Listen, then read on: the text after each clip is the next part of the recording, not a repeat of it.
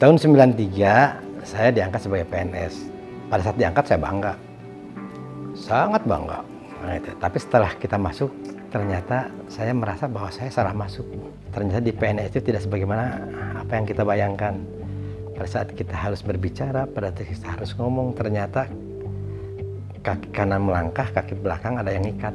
Itu yang terjadi pada saat itu. Sehingga selama di PNS ini saya tidak pernah melepaskan dunia saya, artinya dunia aktivis.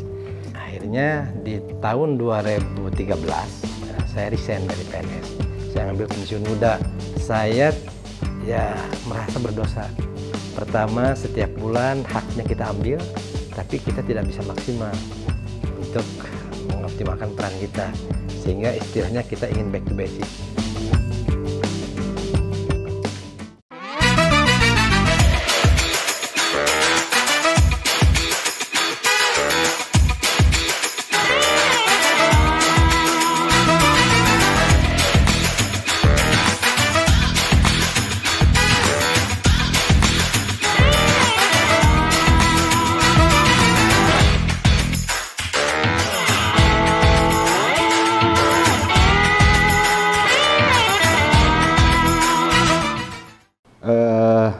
Saya ingin bertanya Kang tentang perjalanan masa kecil Akang,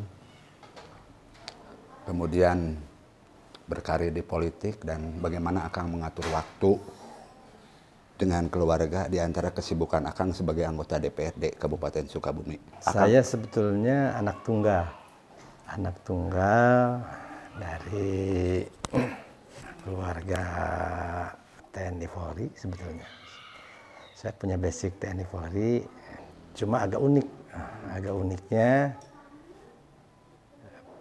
usia 16 bulan ayah saya meninggal. Ayah saya meninggal, di mana pada saat itu saya diambil oleh kakek, sehingga disinilah tumpah darah saya sebetulnya di Kampung Cibuntu ini, Kampung Cibuntu RT 12 RW 5 Desa Sukamaju. Dan ibu pada saat itu dia menikah lagi dengan kultur yang sama, artinya ayah saya itu adalah polisi, ibu pun menikah dengan polisi lagi. Sehingga pada saat berbicara keluarga besar Polri, khususnya keluarga besar TNI Polri, saya itu punya skep dua. Satu dari orang tua saya yang asli, yang kedua dari orang tua saya yang memang ya boleh katakan ayah tiri lah ya, ayah tiri. Sehingga dua-duanya masuk sebetulnya kan itu. Dan saya tahu yang namanya ibu itu kelas 4 SD. Dari bayi pas diambil oleh ibu sampai kelas 4, saya itu tidak tahu bahwa yang setiap saat orang itu ketemu, yang setiap saat pada saat ketemu dia merangkul dan sebagainya. Saya tidak tahu bahwa dia itu ibu saya. Baru setelah kakek meninggal, kita diambil oleh ibu, barulah di sana kita tahu bahwa oh ini ternyata ibu kita. Jadi kelas 4 SD saya baru tahu yang namanya ibu itu ini, kira-kira gitu, Bu. Karena saya adalah anak tunggal, termasuk kenapa saya pun diambil alih oleh kakek kan itu. Ayah saya itu anak tunggal, saya pun anak tunggal. Sehingga pada saat ayah saya meninggal, kakek itu kehilangan. Makanya saya diambil oleh kakek kan itu. Sehingga selama diasuh oleh kakek, ya agak dimanja dan sebagainya, kira-kira gitu. Nah, sehingga pada saat kakek meninggal, diambil oleh ibu, di sanalah baru terjadi penyesuaian. Yang namanya hidup itu seperti ini, kan itu. Yang biasanya apa yang kita mauin, kan itu tidak pernah ditolak. Hari ini sudah mulai dibatasi, kan itu. Itu alhamdulillah. Tapi semua itu alhamdulillah kita lalui, walaupun bagaimana, termasuk mungkin yang membekas di waktu kita kecil di sini, karena kakek sebetulnya adalah seorang tokoh, dia adalah tokoh bela diri pada saat itu, kakek itu. Nah, sehingga ya dari kecil saya memang dididik untuk di sana. Dari mulai kelas, ya belum sekolah lah, dari mulai, kalau sekarang mungkin, kalau dulu kan nggak ada yang namanya PAUD ya, kita nggak ada, tahunya kita SD aja kan itu. Dari mulai sebelum SD kita sudah dididik di sana. Bagaimana kita harus bersikap, bagaimana kita harus ya mampu menjaga diri. Sehingga saya di sana dididik di sana kan itu. Dan alhamdulillah ya kelas 4 kakek meninggal diambil oleh ibu dan saya langsung pindah ke Cisaat. Dari sini pindah ke Cisaat. Kita sekolah dari sini dulu di MI di sini di MI Cipetir sana. Langsung ke SD Sukamana, dari SD Sukamana cuma ya sekitar 6 bulan lah di sana kita. Karena ibu ikut ayah ke Jampang Tengah. Nah, sehingga saya meneruskan SD di Jampang Tengah sampai lulus di sana di SD Bojong Lupang 2 di sana kita. SD Bojong Lupang 2. Setelah lulus kita kembali ke sini ke Cisaat. Kita meneruskan di SMP Negeri Cisaat di sana sampai 78 kita masuk ke SMA Negeri Sukabumi itu. SMA-nya Kang Is dulu sana kan itu SMA Negeri 1 sampai tahun 81. Ya 81 ya kita langsung ke Bandung, kita kuliah di Unisba pada saat itu ngambil Fakultas Ekonomi jurusan akuntansi saya di sana. Yang sangat membekas sebetulnya karena saya ini ada identik dibesarkan oleh seorang tokoh dan dia adalah tokoh bela diri di sini kan itu. Saya menikmati didikan kakek itu sampai kelas 4, artinya terputus di sana. Terputus, pas kita lah masuk SMA, di sanalah masa-masa kita pembentukan jati diri kita kan itu, termasuk ya ternyata saya tidak bisa apa-apa. Saya tidak bisa apa-apa pada saat bisa bela diri pun dan cuma tahu apa ya kembang-kembangnya aja kan itu, sehingga saya pada saat itu merasa kok bisa seperti ini kan itu, sehingga saya kembali ke sini ke tempat orang tua ini waktu saya kelas 1 SMA. Kebetulan pada saat itu ada seorang anak didik kakek saya, artinya boleh dibilang murid ke-1-nya lah itu. Saya curhat sama beliau kan itu. Biasanya namanya Wak, saya kan sana tuh. Wak, abdi teh, kira-kira gitulah bahasa daerah. Hari ini belajar mah terus-terusan belajar dengan kawan-kawan, termasuk dengan kelompok-kelompok masyarakat yang mengembangkan ajaran orang tua itu ya. Tapi saya tidak pernah bisa. Nggak bisa aja. Solusinya kedah kumaha coba cing atuh saya teh yang ya aja yang bisa. Ya kira-kira gitulah bahasa. Si Uwa ini langsung dia menjawab, alhamdulillah. Dia berdoa langsung. Dia berdoa syukur. Memang itu yang diharapkan. Dan dulu yang dititipkan itu adalah memang saya. Kira-kira gitu, Bung. Ya, syukur. Begitu matua abdi bae cing teh atulah. Setiap sore saya langsung ke rumah Uwa, gitu kan itu. Insya Allah saya akan coba lakukan itu. Jawaban beliau pada saat itu, entong, jangan. Itu kedua wan ka Uwa, kan Uwa anu ka Cisaat, kira-kira gitu. Akhirnya si Uwa besoknya dia betul datang ke Cisaat, dia nanya sudah sampai sejauh mana dasar-dasar yang kita miliki ini kan gitu. Ya, saya langsung ya mempraktekkan melangkah, kira-kira gitu Bu, melangkah. Setelah kita melangkah, si orang tua ini, orang Owa ini, dia bilang, sampai kapanpun, nanti kebelut jangan lagi mau bisa, namun polanya seperti itu, lain gitu itu carana. Dia mempraktekkan, kita carana. Ya, dia langkah kaitan dengan langkah dasar kaitan dengan bela diri. Ya istilahnya kalau dulu main pola, ya itu. Ya, sehingga dia mencontohkan, ya kita tiru kan itu. Nah setelah kita tiru, si Uwa ini berpesan, sok dari sekarang mah minimal setiap habis sholat, kalau biasanya sholat suka di masjid, wayahna ayeuna mah teu di masjid dah, ya itu di rumah we. Habis sholat sok ngalangkah, habis sholat melangkah kan kira gitu. Itu berjalan kurang lebih sekitar 1 bulan lah. 1 bulan, jadi antara teh. Nah, setelah 1 bulan dia bilang kan itu, ayeuna mah cenah lamun uak ka dia da uak teh banyak kesibukan, nah, ayeuna barang balik, bawa aja ke rumah.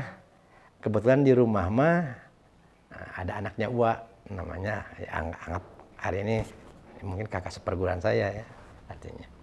Di sana kan ada partner, ada teman untuk belajar kan itu.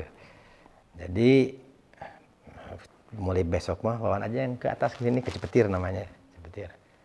Ya saya langsung ke Cipetir. Itu berjalan kurang lebih 3 tahun, Bung. 3 tahun saya tidak pernah absen. Selama 3 tahun belajar itu. Belajar. Jadi habis sekolah jam 3 itu saya berangkat ke namanya Ciburangseng di sana. Ciburangseng kita belajar kan itu di sana.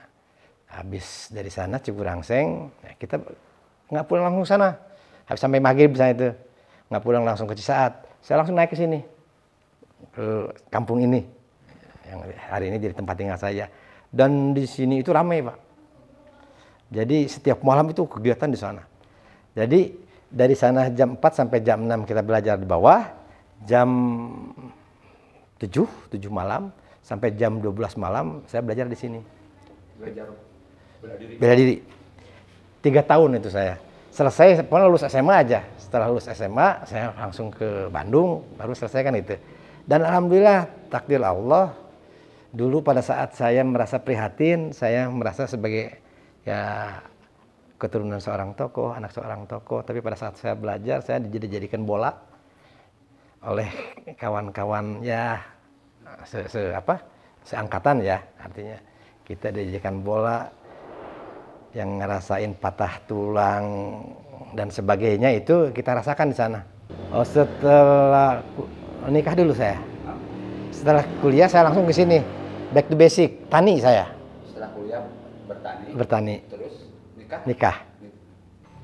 81 saya ke Bandung. 81 saya kuliah di Unisba. Ya selesai kuliah itu. Saya tahun 86 itu saya dapat panggilan ke Irian Jaya. Ke Irian diangkat sebagai VNS pada saat itu. Cuma pada saat kita konsultasi dengan keluarga, termasuk baik dengan orang tua maupun dengan mertua pada saat itu, ternyata saya tidak diizinkan. Tidak diizinkan dan saya menikah pada saat itu tahun 86 lah, 86, 87. Saya menikah di sana. Pengantin baru harus ke mana? Harus ke Irian dan orang tua ya kebetulan punya satu-satunya saya sehingga saya tidak diizinkan untuk berangkat ke Irian. Sehingga ya kalau begitu udah saya back to basic aja. Saya langsung kembali ke sini. Dan di sini saya jadi petani. Jadi petani kurang lebih sekitar 2 tahun kita jadi petani di sini. Alhamdulillah ya ngerasain yang namanya mengolah lahan seperti apa, berkebun seperti apa, nanam padi seperti apa kan gitu. Terus malam-malam ngandir air kan gitu. Kita mengalami itu kan itu di antara teh. Alhamdulillah kita itu sampai tahun 92 kalau nggak salah 92. Nah ternyata pahit manisnya kita rasakan pada saat itu begitu berat pada saat kita sebagai petani, apalagi dengan kondisi fluktuasi harga yang tidak menentu, sehingga saya berpikir saya ini kan minimal punya basic kira-kira Bung. Nah, sehingga pada saat itu ada pembukaan testing.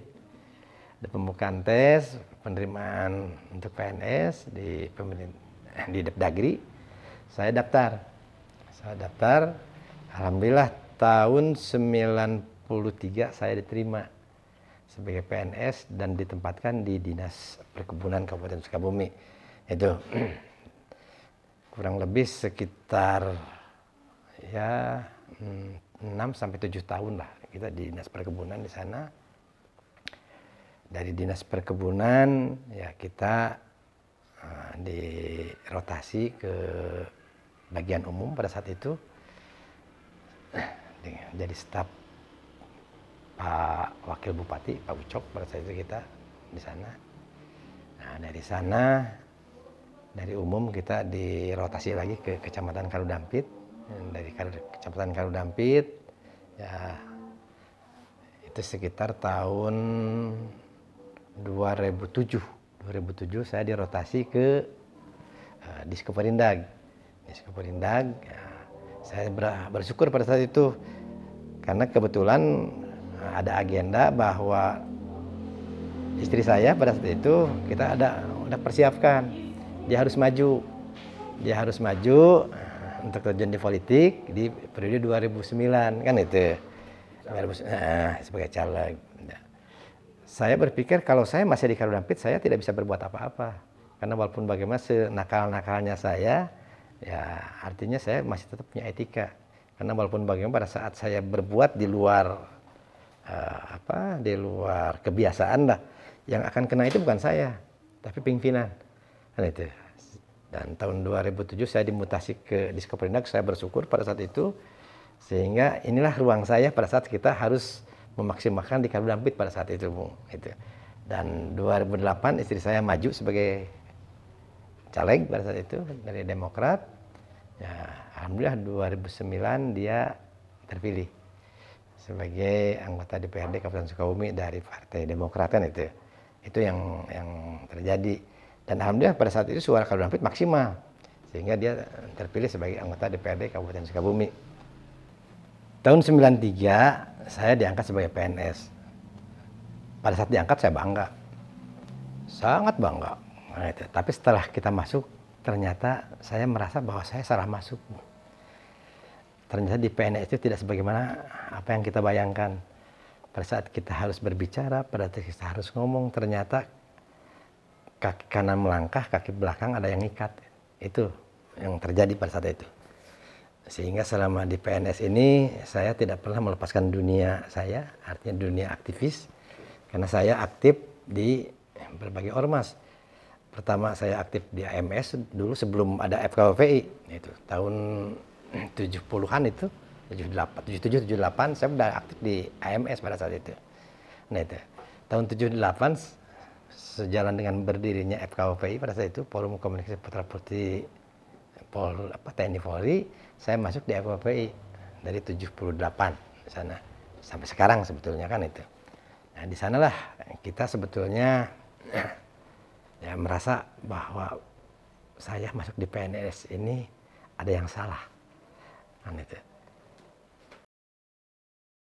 Nah, sehingga pada saat kita mengevaluasi, akhirnya di tahun 2013 saya resign dari PNS. Saya ambil pensiun muda dengan pertimbangan saya ya merasa berdosa.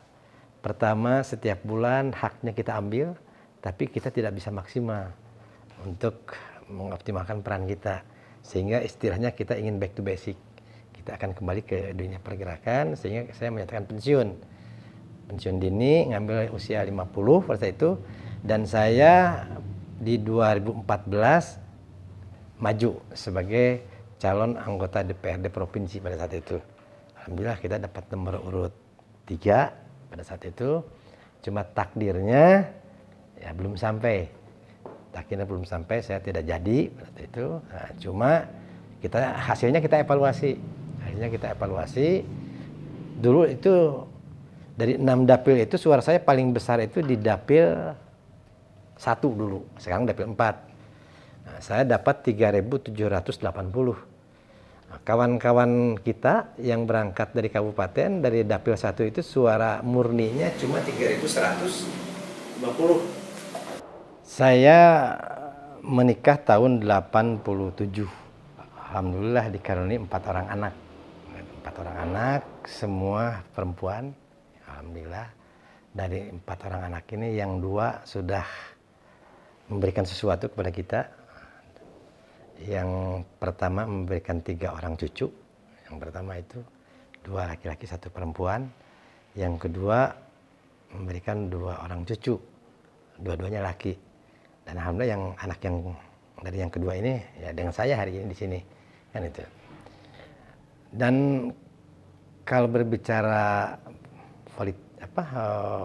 politisi, kayaknya di antara 4 orang ini belum ada yang betul-betul siap untuk meneruskan jejak saya. Nah, cuma dari 4 ini ada yang kecenderungannya 2 orang ini bisa, artinya 2 bisa mengikuti kita. Artinya agak ya cuma butuh waktu aja, butuh waktu untuk pematangan pada saat dia harus meneruskan jejak langkah kita. Yang pertama adalah anak yang kedua, dan yang ketiga yang kedua anak yang sebungsu, yang keempat. Jadi yang kedua, yang keempat ini ada kecenderungan kemungkinan bisa untuk mengikuti jejak kita. 2014 saya gagal, saya tidak pernah putus asa, saya bersyukur dengan kegagalan itu, dan ini menjadi bahan evaluasi kita. Dan 2019 saya maju lagi, takdir Allah, alhamdulillah 2019 saya terpilih di Dapil 4 di sini. Nah, itu. Setelah kita masuk, ternyata kita ditugaskan oleh partai di Komisi 4, dan ternyata ini adalah sangat relevan. Artinya sangat klop dengan dunia kita. Karena pada saat berbicara, kenapa dikatakan sangat klop? Nah, saya sebetulnya pada saat berbicara pemerintah sampai hari ini baru wajar 9 tahun, dan wajar 12 tahun universal ini terhitung tahun 2012. Sebetulnya saya sudah menyatakan wajib 12 tahun, dan saya mengelola dunia pendidikan. Saya ada sekolah, jadi pada saat saya dalam posisi sebagai PNS, pada saat itu sebagai ASN, saya juga mengelola yayasan, kita punya sekolah, dan kita tahun 86 itu sudah menyatakan wajib 12 tahun. Kita tidak pernah memungut 1 rupiah pun SPP dari anak-anak. Komisi 4 itu membidangi apa aja?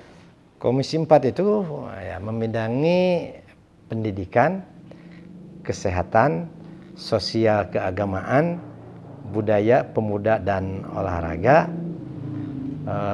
bencana, pariwisata dan tenaga kerja, serta perlindungan ibu dan anak. Itu mungkin bidang yang kita coba geluti hari ini kan itu. Dan satu mungkin kaitan dengan posisi kita di Komisi 4 hari ini, ada beberapa kepuasan secara individu yang saya rasakan hari ini, dan saya merasa bahwa ini akan sangat berdampak untuk masyarakat. Pertama, kaitan dengan fungsi dewan, kaitan dengan pembentukan regulasi. Karena jujur saja 2019 saya terpilih, Februari 2020 bangsa ini divonis bahwa bangsa kita termasuk Sukabumi di dalamnya dapat musibah pandemi COVID-19, sehingga salah satu peran fungsi dewan ini, khususnya fungsi budget, agak mandul. Nah, di sana kita sepakat dengan kawan-kawan untuk lebih menajamkan fungsi regulasi. Nah, karena kita berpikir bahwa kunci dewan itu sebetulnya bukan, kalau berbicara budget dengan pengawasan itu cuma sebagai pelengkap saja. Intinya justru ada di regulasi. Apalah artinya kita punya keinginan, punya kehendak, anggaran ada kan itu, kalau regulasinya tidak ada kan itu. Sehingga kita lebih fokus di sana. Dan sebagai bagaimana basic saya, dunia kita pada saat itu, walaupun usia saya sudah relatif banyak, sudah relatif tua, tapi saya tidak pernah lepas dengan pergerakan pemuda. Sehingga langkah awal yang kita coba gulirkan pada saat itu adalah regulasi tentang kepemudaan. Alhamdulillah Sukabumi hari ini punya Perda Pemuda, walaupun posisinya masih mandul. Kita juga akui bahwa Perda Pemuda ini masih mandul. Kuncinya hari ini kita lagi dorong. Pada saat Perda ini harus efektif, ya turunannya ke dalam bentuk Perbub ini harus segera terjadi. Sosok politisi yang saya kagumi hari ini SBY dan AHY. Termasuk kenapa saya hari ini berlabuh di Demokrat, sebetulnya ini kaitan dengan manifesto daripada Demokrat itu sendiri hari ini. Karena kebetulan saya hidup hari ini termasuk ada di lingkungan yang sifatnya agamis, kan itu. Pada saat berbicara kekuatan sosial politik hari ini, saya melihat bahwa Demokrat ini di samping partai nasionalis, dia punya kelebihan. Kelebihannya dalam manifestonya, dalam dasar anggaran rumah tangganya, aja yang namanya religius. Sehingga Demokrat itu sebagai partai tengah menyatakan bahwa Demokrat adalah nasionalis religius. Nah, dan itu mungkin.